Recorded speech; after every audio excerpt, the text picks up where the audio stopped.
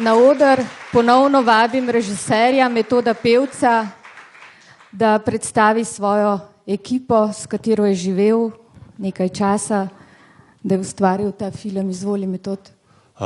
Še enkrat dobro večer, hvala za aplavz. Zdaj seveda, jaz sem sprejel ta predlog, da sam predstavim svojo ekipo in da kaj skupaj povemo. Mečkaj mi je zdaj že skoraj žal, ampak vseeno. Jaz bom povabil na oder moje drage prijatelje in sodelavce. Najprej bom prosil sodelavce, mojo ekipo. Tukaj sta najprej oba montažerja, Janez Bricelj in Jurij Moškon. Tukaj je skladatelj Aldo Kumar, nekje v dvorani. Tukaj je glasbeni oziroma tonski sektor, oblikovalec zvoka Julij Zornik, atmosfere Peter Žirovnik. Tukaj je producent filma Daniel Hočevar. Tukaj sem jaz, tukaj je pa Listek, da upam, da nisem koga pozabil. Če sem koga pozabil, naj se nam pridruži. Jaša, Dušan, Bukovec sta tukaj. Nisem jo opazil, moja leva in moja desna roka. Ni jo, brez rok sem. Žal mi je. Torej, hvala ekipi, ampak jaz sem se namenil, da ekipo praktično samo pokažemo. Z njimi sem delal, to so profesionalci in bom zdaj prosil, če prepustijo oder mojim oziroma našim nastopajočim, tako da se mi vidimo potem na pogovoru. Še enkrat hvala.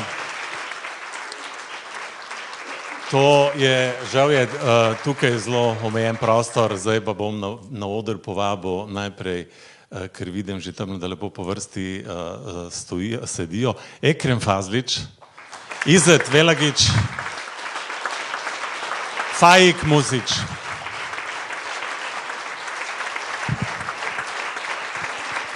In potem Špela Pintar, Lana Murzina, Kaja Skol in Sabina Bohar. Kar bližje.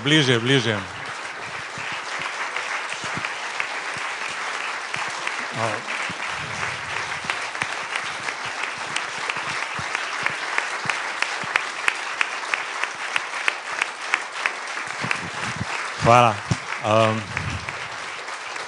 Ponovadi sem jaz tisti, ki je vprašan, zdaj pa si bom enkrat dovolil luksus, pa bom jaz morda kakšno vprašanje postavil. Najprej se še enkrat zahvaljujem tukaj v priču publike vsem vam, ki ste bili pripravljeni v tem filmu deliti svoje zgodbe najprej z mano in potem seveda zdaj še z občinstvom, se pravi predvsem hvala za to zaupanje, da smo to lahko posneli. Zdaj šele vidim, da sem narobe mikrofon držal, da se šele zdaj dobro sliši.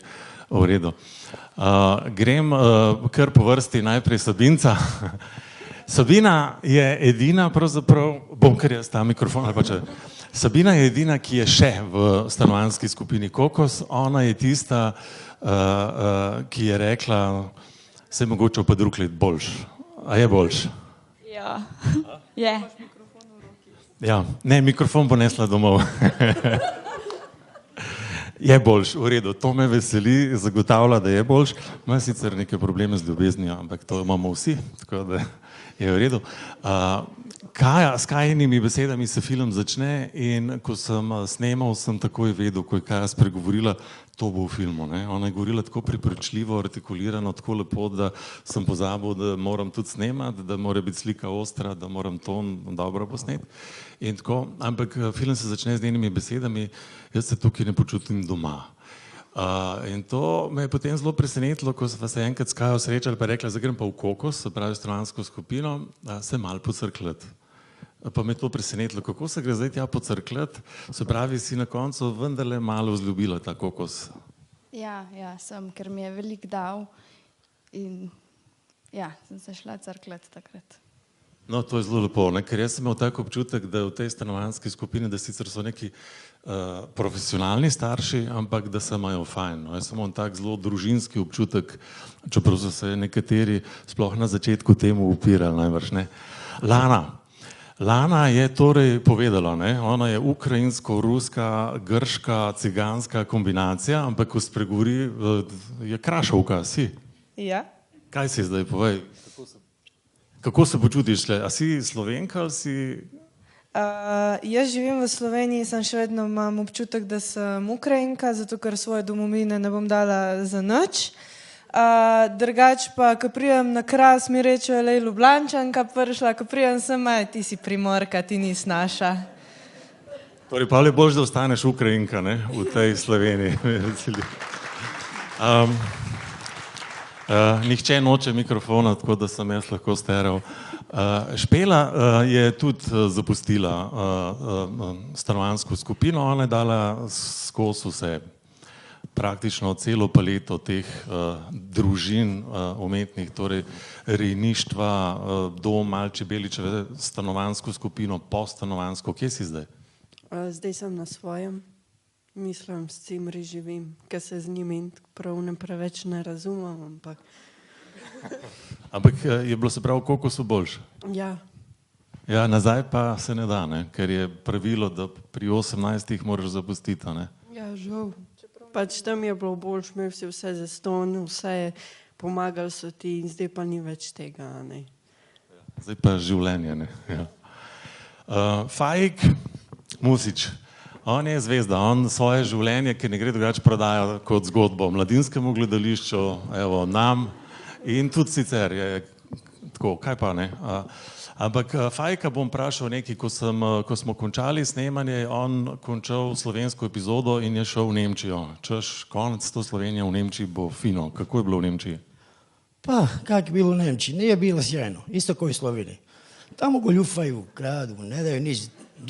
To je sve isto. A Slovenija, Nemčija, Austrija, sve isto. Evropska unija, ne? Evropska unija, sve isto. Hvala, Fajk. Evo, Izet Velagič, Izet, ko sva se z Izetom srečala, je bilo zelo mučno. Ko sem Izeta spoznal... I danas još. Skratka, Izet je bil 35 let ali koliko pri Vegradu, pa pri Pionirju, pa tako naprej in potem pri zasebniku. In jaz se samo tega spomnim, ko sem ga spoznal in rekel, 3 leta sem pri njemu, dal mi ene rokavice. Neč druga. Samo rokavice, drugo nič. In delaj, ne? In potem se je zgodilo enkrat, da je moral Izet na bolniško in ko se je ta bolniška končala, ko je bil res bolan, ne, se je zgodilo kaj? Od januara do maja mjeseca nisi htio oglasiti na telefon, številku neč ni htio. Tek 15. maja sam začeo delati, kad je inspektor ga klico i tako. Skratka, zdaj je tako, ne, v gradbeništvu, če si ti dovoliš biti bolan, to pomeni, da se spakira in moraš iti, ne, ker bolniška je nekaj nepriznanega, ne. In dejansko, ko sva midva delala, on ni smel, tudi ko je šel na gradbišče, so ga z gradbišča nagnali, čeprav je bil tam zaposlen pri tem podjetju, ne.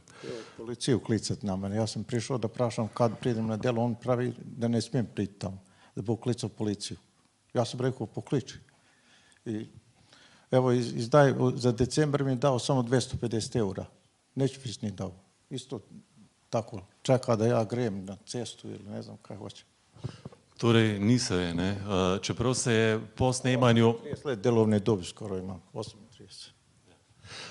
Morda preden sem načel ta pogovor, bi vsaj to lahko povedal, da kaj dobrega se je zgodilo, ne, da recimo ena od dobrih stvari je, da je mestna občina Ljubljana tista, ki je kupila to drugo nadstropje in klet, torej ta dražba, ki je na koncu omenjena in da je se župan osebno pravzaprav zavzel za njih in so praktično danes ostali v domu, samo da živijo v kleti, pa da je nekako urejeno in spodobno, da je vsaj ta... Dobro, manje plaćamo pa se da nekako, mislim dobro i opet smo zadovoljni zato, mislim kad nismo na ulici, imamo tamo toplo i za kupac i to, imamo takve uslove približno dobro sad. Evo, Banja. Ekrem, zadnji. Mene nemoj mučiti, je rekel. Pa kaj ti povem? Povej, Ekrem je delal v Rusiji, Ekrem je bil v Ameriki 2 leti ali kaj takega. Ekrem je bil po svetu Zakaj ostajaš v Sloveniji, zakaj ne zapustiš te nesrečne Slovenije? Ja, kaj ne grem zdaj? Kam grem, če imam veliko let? Nikam. Razen v zemlju mogu. Dobro, Ekrem, ti si itak rekel, da si klinično mrtev, ampak si živ in jaz mislim, da bo še vse v redu. Torej, to je bilo moje izpraševanje mojih gostov. Če je kakšno vprašanje, z veseljem na njega odgovorimo, sicer pa bomo... Aha, Fajk bi nekaj dodal.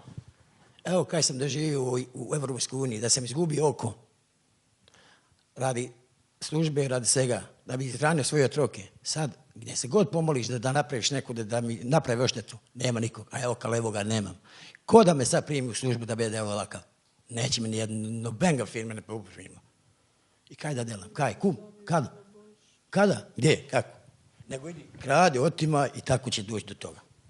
Ja, Fajk je govoril o tem, da pač vsaj vsi delavci, ki sem jih jaz spremljal, je dejstvo, da približno so to fantje moje generacije in praktično so vsi invalidi, katerekoli stopne že.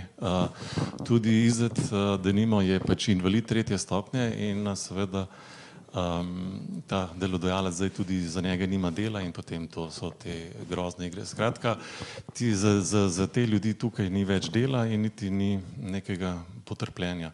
Ampak jaz ne bi zdaj zašel v kakšno razpravo. Če je kakšno vprašanje, smo dolžni odgovoriti. Sicer pa... Je? Ne. Ni. Hvala še enkrat za udeležbo, sicer se pa bomo... Aha. Ivanka Mežan. Jaz bi se, bom kar bresk, jaz bi se rada vam zahvalila. Meni je zelo težko danes govoriti. Vem, čutim, kakšen je svet, ampak vendar si mislite, da nisem vedela, da je tako hudo, kot ste mi vi to prikazali danes. In jaz si samo želim, da bi ne samo Slovenija, da bi ves svet to videl in slišal vas. Mogoče bi se pa kaj premaknilo v ljudeh na boljše, ko ste govorili človek, da je le človek res. Hvala vam vsem in srečno. Držite se. Hvala, Ivanka.